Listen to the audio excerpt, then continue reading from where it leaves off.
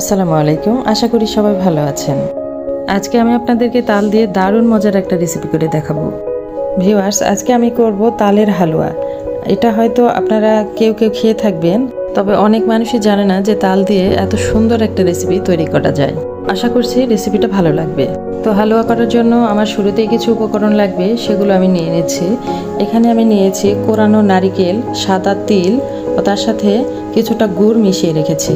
আর এখানে আমি কিছু কাজু বাদাম, কাঠবাদাম ও চীনাবাদাম নিয়েছি, সেগুলো এর সাথে মিশিয়ে নিব। তবে এগুলো বাদামে যে দিতে হবে এমন কোনো কথা নেই, আপনারা আপনাদের পছন্দ মতো যে কোনো বাদাম এর সাথে অ্যাড করে নিতে পারেন।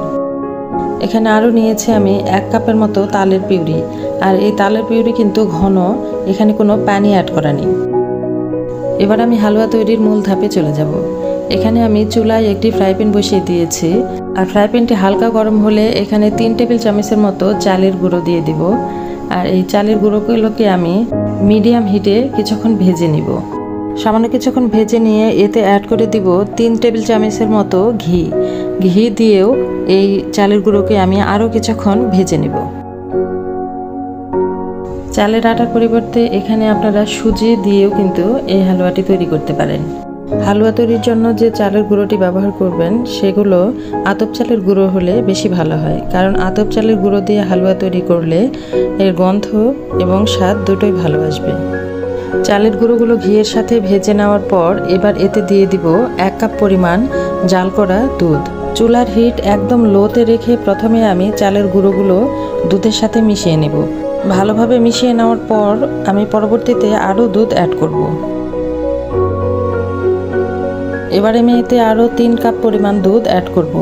আর দুধগুলো অ্যাড করার পর যখন ভালোভাবে গরম হয়ে আসবে তখন এতে দিয়ে দিব 1/3 কাপ পরিমাণ গুঁড়ো দুধ। গুঁড়ো দুধগুলো দেওয়ার পর আমি খুব ভালোভাবে এই তরল দুধের সাথে মিশিয়ে নেব। আপনারা যদি গুঁড়ো দুধ ব্যবহার করতে না চান তাহলে তরল দুধের পরিমাণ বেশি নিতে হবে, আর এই তরল দুধগুলো আগেই জাল করে ঘন করে নিতে হবে। তবে এই হালুয়াতে যদি গুঁড়ো দুধ ব্যবহার করা হয় তাহলে কিন্তু খুব তাড়াতাড়ি ঘন হয়ে আসে। দুধগুলো কিছুক্ষণ জাল করে নেওয়ার পর এগুলো অনেকটাই ঘন হয়ে এসেছে। এবারে এতে অ্যাড করে দিব আগে থেকে রেডি করে রাখা নারিকেল ও বাদামগুলো।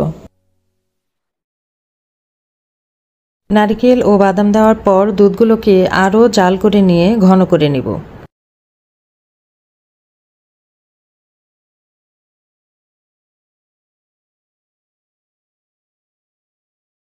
আরও কিছুক্ষণ জাল করে নেওয়ার পর বেশ কিছুটাই ঘন হয়ে এসেছে। এবারে আমি এতে দিয়ে দিব তালের পিউরি।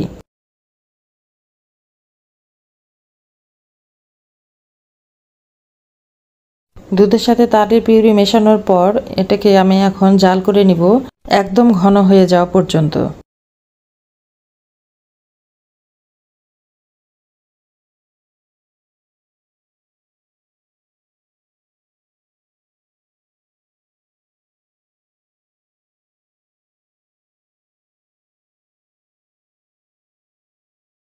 আরও জাল করে নেওয়ার পর আমার হালুয়া কিন্তু অনেকটাই ঘন হয়ে এসেছে।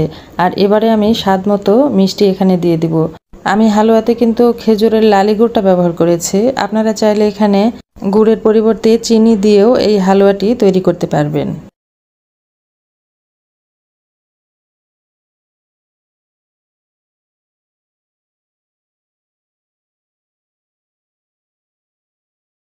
গুড় দেওয়ার আগে যেহেতু আমি হালুয়াটা অনেকটাই ঘন করে নিয়েছি, তাই গুড় দেওয়ার পর কিন্তু অনবরত হালুয়াগুলো নাড়তে হবে, তাছাড়া কিন্তু প্যানের নিচে হালুয়া লেগে যাবে। দেখুন আমার হালুয়া একদম ঘন হয়ে গেছে, এভাবেই কিন্তু খাওয়া যাবে এগুলো। এই তালের হালুয়া কিন্তু রুটি দিয়ে কিংবা তালের যে পাটিসাপটা করা হয় সেই পাটিসাপটার ভেতরের পুর হিসাবে কিন্তু ব্যবহার করা যেতে পারে। আমি এই হালুয়াগুলোকে আরও কিছুক্ষণ জাল করে আর একটু শক্ত করে নিব, কারণ আমি এগুলোকে ট্রেতে ঢেলে একটু সন্দেশের মতো করে শক্ত করব। আমার হালুয়া রেডি হয়ে গেছে। এবারে আমি ট্রেতে একটু ঘি ব্রাশ করে নিয়ে গরম গরমই হালুয়া এতে ঢেলে দিব।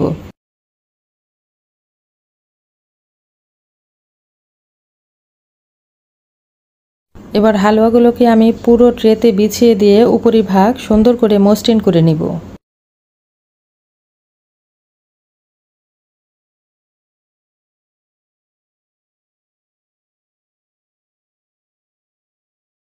ট্রেতে বিছিয়ে দেওয়ার পর হালুয়াগুলোকে আমি হালকা একটু ঠান্ডা করে নেওয়ার পর আবার নর্মাল ফ্রিজে রেখেও কিন্তু ঠান্ডা করে নিব। এতে হালুয়াগুলো খুব সুন্দরভাবে সেট হয়ে যাবে। হালুয়াগুলোকে ফ্রিজে রেখে ঠান্ডা করে নেওয়ার পর হালুয়াগুলো একদমই শক্ত হয়ে গেছে। এবার এগুলোকে আমি একটি কুকি কাটারের সাহায্যে কেটে নিচ্ছি। আপনারা চাইলে এগুলোকে বরফির মতো করে পিস করে কেটে নিতে পারেন। তালের এই হালুয়াগুলোকে একটু শক্ত করে এইভাবে তৈরি করলে কিন্তু বেশ কয়েকদিন রেখে খাওয়া যায়, আর খেতে কিন্তু একদমই সন্দেশের মতো মনে হবে। আমার রেসিপিটা ভালো লেগে থাকলে এই তালের সিজনে অবশ্যই বাসায় ট্রাই করবেন, আর কেমন হয়েছে তা কমেন্ট করে জানাবেন। আর আমার চ্যানেলে নতুন হয়ে থাকলে আমার চ্যানেলটি সাবস্ক্রাইব করে আমাদের পাশে থাকবেন। এতক্ষণ আমাদের সাথে থাকার জন্য ধন্যবাদ।